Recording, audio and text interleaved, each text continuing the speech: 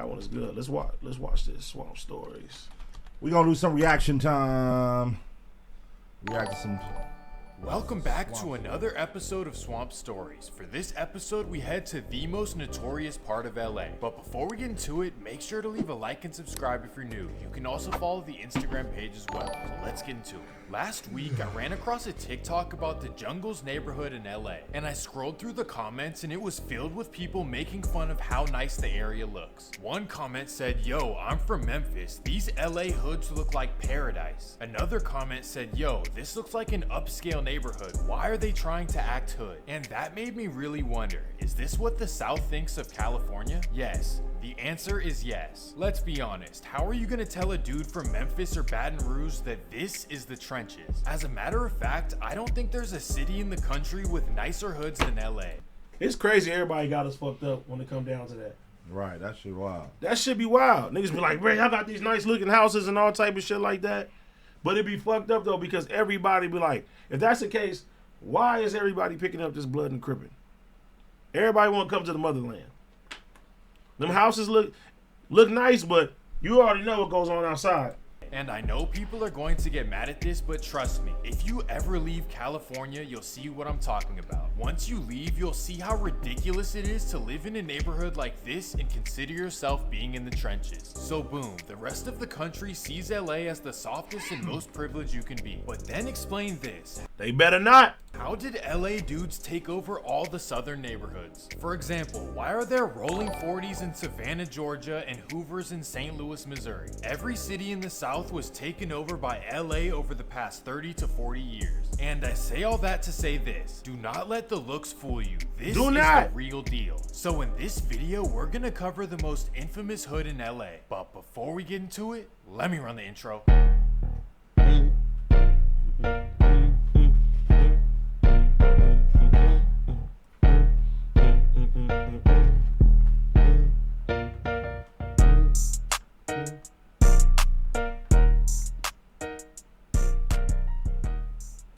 In order to do the video justice, let's head all the way back to the start. Baldwin Hills was constructed in the early 1930s. Before the 1930s, the whole Baldwin area was completely empty land. But ahead of the 1932 Olympics, the government decided to develop the area to house all the athletes. Well, after the Olympics, the city wanted to get rid of everything they built. But after locals fought for the government to sell the homes, they finally caved in. Now listen to this. The houses sold for $215. No, not $215. Boy, imagine buying a house for $200. Imagine. Wait, I'll keep playing it. $215. Yeah, you know back then it was that much. What year that's about? That was 19 what? $215. $215. 19 what? Let's scroll back a little bit. 40? Hold on, let's scroll back a little bit. 1930s. $215. The Baldwin area was completely Jesus empty Christ. Land. But ahead of the 1932 Olympics, the government decided to develop the area to house all the athletes. Well, after the Olympics, the city wanted to get rid of everything they built. But after locals fought for the government to sell the homes, they finally caved in. Now listen to this. The houses sold for $215. Crazy. No, not $215,000. $215 straight up. So the beautiful, thriving neighborhood was growing fast into one of the nicest in the city. Nigga, if I can go back in time with the money I got, I will buy everything. Wow. I will buy everything, bro. What you think the cheapest house over there is for now? I would say like 700, 600,000. Crazy. 500,000. You bought it for $215. So to continue the growth of the neighborhood, they decided to build 627 units of private housing. Yes, you heard that correctly. These are not the projects. All of this is and always was privately owned. And the aim was to build the most luxurious, family-friendly complex in the country. They put palm trees, banana trees, and all kinds of tropical plants to set the theme. Well, by 1943, the housing project was complete and they officially named it the Jungles. Now, I want people to realize that at this time, Los Angeles was just 2.2% African American. Damn. But even as many more began moving to LA, this entire area was off limits. It was actually illegal to... You know they used to say that the Bush family lived in Compton. That's crazy. You ever heard that before? Yeah. George Bush and their family and shit. That's crazy that 2.2%. What percentage you think is black now? In LA? I say it's more Mexican than anything. What percentage is in LA? Yeah. Probably like 14. 14. And what percentage you say Mexican? That's just a shit Mexican. Yeah. Shit, probably like 42. For sure. Type shit. Live in Baldwin Hills, the Jungle, and even Crenshaw. That's because the government classified these areas as top tier and elite. That was until 1950 when the Supreme Court struck down the law completely. And this opened the floodgates for residents of all crazy. Wouldn't backgrounds even to let live us buy anywhere they property want. over And there. everyone wanted to live in the Baldwin Hills area. So residents from the South began moving in one at a time. And once the neighborhood's demographics started shifting, the original Baldwin Hills residents left in large numbers. They sold their houses, ended their leases, and found new areas to live. So by the mid-1960s, the area was over 80% African American. Movie stars such as the Jeffersons, musicians such as Cy Kravitz, and plenty of LA Lakers moved into the neighborhood. That was and still is the story of Baldwin Hills: peace, wealth, and happiness. However, the foot of the hills has a completely different story. Throughout the 1960s, the jungles gradually got worse and worse. However, at first, anyone from the jungles was seen as silver spoons. South Central and Watts residents saw the jungles as paradise, and they were treated as such. But all that would change in 1969, and that takes us to the south side of Chicago. Specifically Blackstone Avenue, because that's where a group called the Blackstone Rangers originated. They started in 1961 as just a troubled group of teenagers, but by 1963 they became the most feared in the whole city, and for whatever reason they renamed themselves the Black Peace Stones, with the P representing peace. Well, one of the neighborhood kids began getting involved with them at just 11 years old, and once his mother found out, she instantly moved out to LA to escape the path her son was taking. So by then, the 14-year-old Chicago native was living in the jungles, and quickly his mother learned that this was not the escape she had planned. Her son began going by T. Rogers, and his mission was to... That's crazy, because I know T. Rogers. I know he started the BPSs. That's crazy. You knew T. Rogers. Yeah, I knew. Yeah. But I'm just saying, I did not know that he started the Blackstones. I know he was respected over there, but it's crazy. That's who started Blackstones. That's why everybody respected him. Did you know that? Yeah. I didn't know that. I just thought he was an OG. Spread the Black Peace Stones to his new neighborhood. He was fierce, tough, and charismatic, so over the next year or so, the jungles became Black Peace Stones territory. And after taking over the jungles, they took over the Village Green apartments and then a neighborhood up the street as well. So by 1972, the Black Peace Stones consisted of over 700 members. And on top of this, they claimed the largest territory out of any group in LA. The former Silver Spoon neighborhood was no longer such a peaceful place. So let me break it down. The Black Peace Stones, also known as BPS, joined together with the Bloods and adopted the Red Rags as well. And this made them instant rivals with the Rolling 30s, who live right across Crenshaw Boulevard. And because of that, it also made them rivals with the Rolling 40s, who live directly below them. But most importantly, the Black Peace Stones are cold rivals with 18th Street, maybe the most dangerous in the whole state of California. These guys are spread throughout the city and have thousands of members. So instantly, the Black Peace Stones had their hands full, and the jungles became the most dangerous place in the country. They were surrounded by rivals at every angle, and this made life miserable for everyone. Trust me, this isn't your typical video.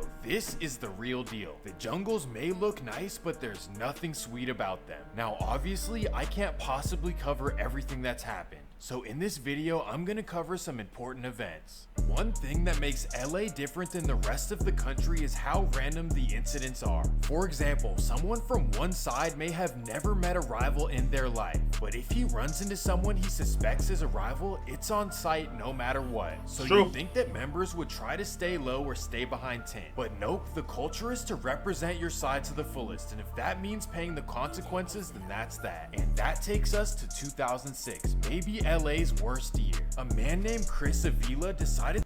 I agree. I feel like 2005 was probably the worst year in LA. What you think? 2004, 5, and 6 was like, murder rates was crazy. You was a little older. I was still in high school, but that's when I seen like, me personally, niggas was dropping crazy. You was outside out. That's when I was outside. That's what I'm saying. But that's, when would you say like the certified days and all that shit was for you? Certified was 2004, 2008. That's what I'm saying. So around 2004, 2005, I feel like LA was the worst.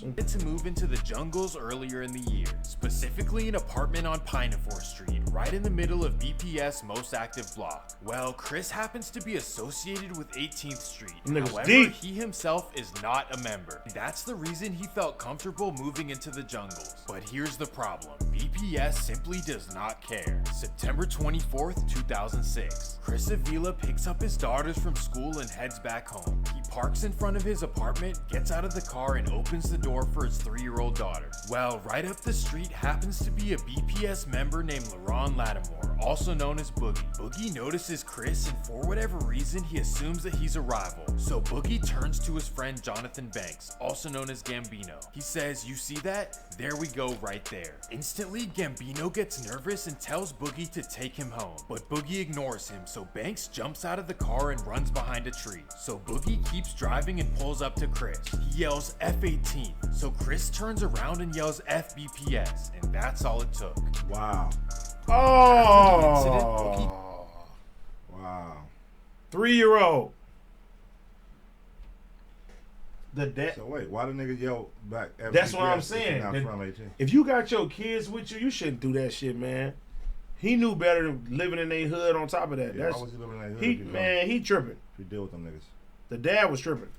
He drives away and Gambino runs inside his apartment. But later that night, Gambino gets a knock on the door. A BPS member tells him that Boogie is looking for him. He tells him that Boogie is afraid that he might snitch, so he recommends that he gets out of town. So Gambino goes to San Bernardino to live with his aunt and shaves his head. And this made LAPD very suspicious. Why would an innocent person shave their head? Well, Gambino was arrested first. That's because a nearby witness testified that he saw Gambino's involvement. The man claims that Gambino was driving a brown van and then he did it. Well, Gambino was not having it, so he told everything. He told them about Boogie and everything he saw Boogie do. And because of that,Oogie got 80 years. But guess what? Gambino got life as well. Damn. Pretty much Gambino ratted out his friend and got nothing in return. This is the sad reality of living in the jungles. It can happen at any time and for any reason. Snitched And on top homie of this, you never know who you can and can't trust. And incidents like this are not a one-time thing. In fact, between 2001 and 2006, there were 28 homicides in Baldwin Village. That puts the jungles up there with any neighborhood in the country, if not worse. So just because LA as a whole has low crime compared to other regions, the hood is still the hood. And incidents like this are what have made the jungles LA's biggest enemy. Let's fast forward to the new era where everything has gotten extremely messy, so let me break it down. You say era or Jungles era? are the most polarizing section in LA. Era, yeah. They wear St. Louis Cardinals gear to represent the Stones. So if you're in LA, please do not wear any St. Louis Cardinals gear. That is not a good idea. Now, personally, I wouldn't let another man dictate what I can and can't wear, so I'd walk around wearing anything I want. So let's just be clear. This advice. Shout out to Swamp Stories, but I think Swamp Stories is white. Niggas ain't tripping on you about them hats. He white as a motherfucker. If you black, watch the hats you wear in Los Angeles. This is just for you guys. Well, the jungles pretty much align with the Inglewood families, the Hoovers, and the Rolling 20s. That's it. But their list of rivals is much longer. The jungles are rivals with the entire neighborhood card. That means the Rolling 30s, 40s, 50s, 90s, and East Coast. How you And on miss the top 60s? of this, they're rivals with 18th Street, Venice Shoreline, the Schoolyard, and West Boulevard Crips. Although they have all these rivals, their true main rival is the 40s, plain and simple. That's why you can identify a BPS by having 4K in their username. And on the other hand, the Rolling 40s can be identified by having 5K in theirs. The 5 comes from the original Black Peace Stone saying, love, truth, peace, freedom, and justice. I guess those are the 5 things they stand for. Well, that doesn't apply to all of them. And that takes me to a BPS who goes by Infant Nightmare. And this guy may be the worst person to ever come out of the jungles. His life is dedicated to hating the Rolling 40s. So much so that his Instagram name is literally 40K. Disclaimer, this next story is alleged and it was taken off another YouTuber's claims. November 14th, 2017. Let me introduce you to a 27-year-old Rolling 40 named Antonio Wilson, also known as Tiny Hardhead. Although he's a Rolling 40, he mostly hangs out with the Rolling 50s, specifically the legendary Crib Mac. That's Lupe from 40s on 5 by Crib. Oh 3 my p.m. god. Antonio was at a taco truck in the Vermont Square Park, and that's when a white BMW 3 Series pulls up. Bang. After this happened, the internet instantly accused Infant Nightmare of doing it. However, that is unconfirmed. Either way, this incident devastated the 40s and especially Crip Mac. Just a year later, on October 4th, 2018, Why they put that? Infant Nightmare was found at the Jim Gilliam Park right in the jungles.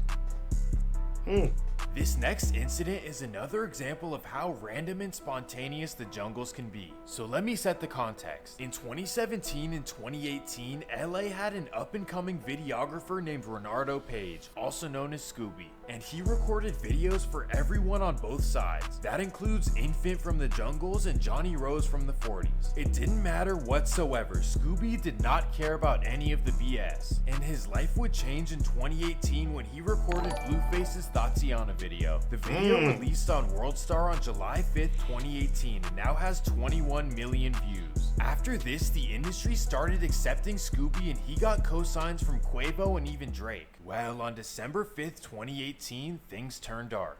Scooby is set to record a video in the jungles for one of their rappers. So he pulls up, parks, and gets all of the equipment from his trunk. That's when 3 men walk up to him and grab his equipment. He tries to get it back, and bang.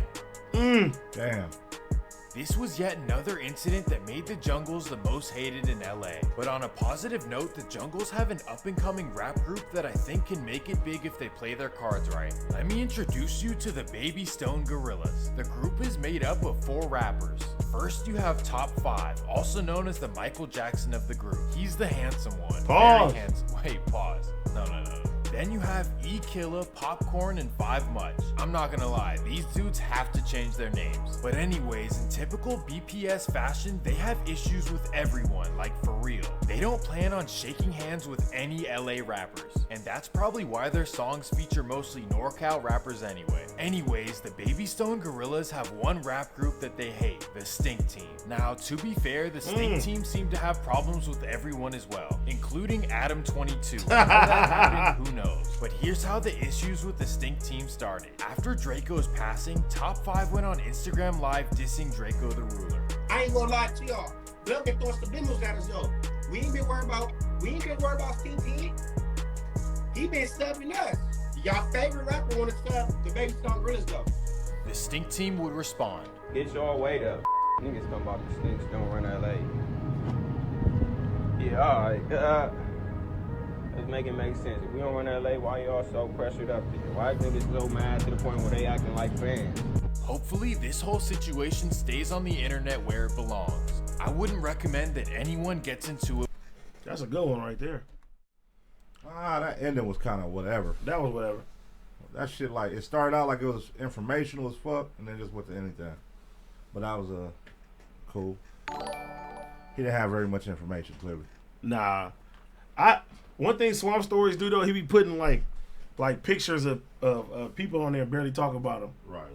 Cause like I seen one of China Mac and like some New York shit. It was a good one though, but I was like, they didn't talk about China Mac the whole time. They just put him right there for a Chinese nigga. That shit was crazy. On the thumbnail. On the thumbnail. I said, cause Swamp Stories is crazy. And barely talked about.